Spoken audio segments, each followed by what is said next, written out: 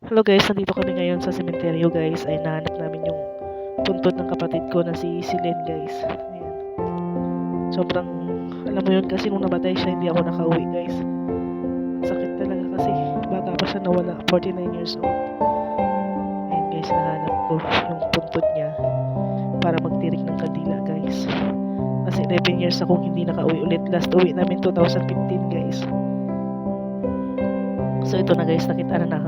Ayan ang puntod ng aking kapatid guys. Sobrang masakit kasi hindi ko siya nakita. Ayan, guys, nagtiri kami ng kandila. Kasama ko yung kapatid ko, yung panganay naming lalaki guys. Ikaw rin, dagkat siya kayo sa mukhang. Balik ko ng yatag kandila. Ano?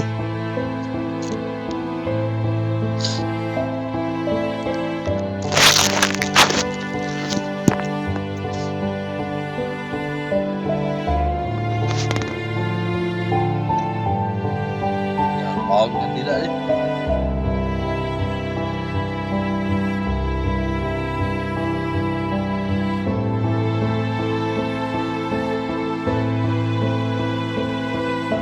Sabi kay mama.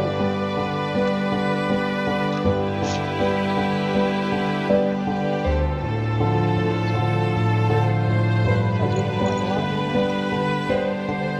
Matampal pa isa.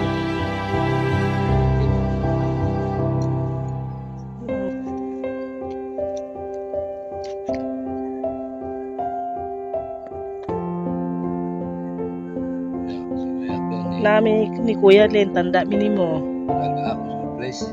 Mana? Wala lain surprise na nila eh.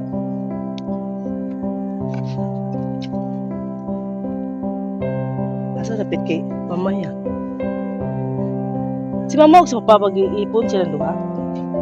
Ano nila? Ari na Milen. Kay Mga papa. may tao na mas papa Len.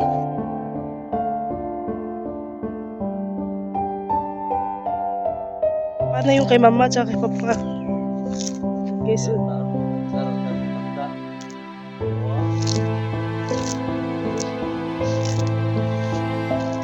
ito sila kay mama. Oh. Kaya pala sabi ni Regan, hindi niya makita yung kay Mama Lina eh. Oo, ni kay mama? Pwede palagyan ganyan. Hindi ka pwede mo. Nakapad kay papa ni. Ano pa ni?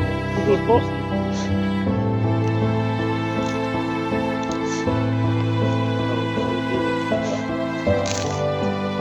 Dapat bigyan nyo ng time niya. Kinisan nyo.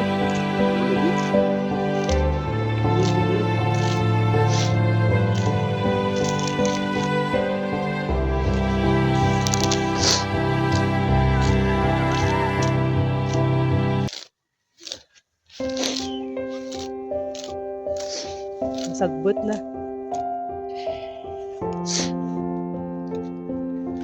Mga pa.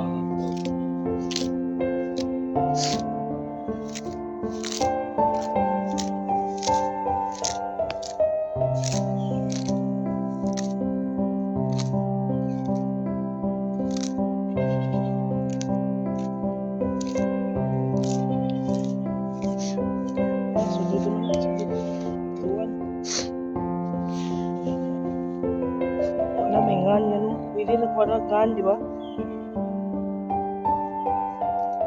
Mao ba na yan?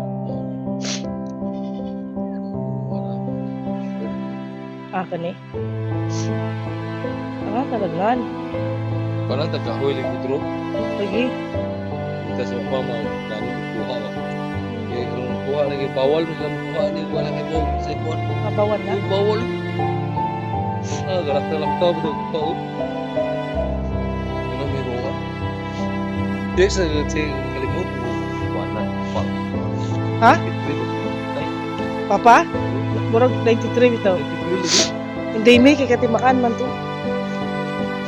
Ari na mi maoy, pa. Ari na mi.